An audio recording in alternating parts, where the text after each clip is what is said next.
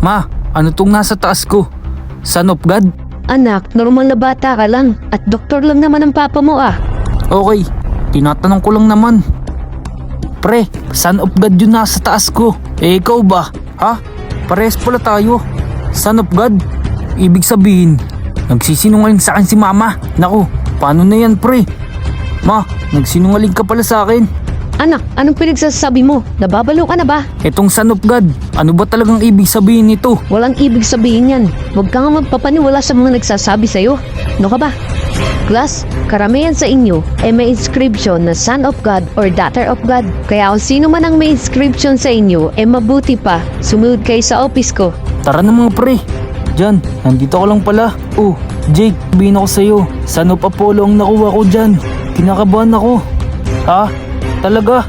Oo dyan, kahapon ko lang nalaman. Kaya wag mo pagsasabi ha. Okay, o dyan, nakita mo ba si Gio? Kanina ko pa hinahanap. Ah, kanina sir, nakita ko dun. Oh, anong ginagawa ni Gio dito? Sinong pumukpok sa kanya? Dyan, ready ka na ba?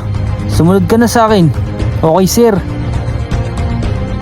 Dyan, akin ang hinlalaki mo. May titingnan ako. The download has started. The Son of Zeus has been Hala. found.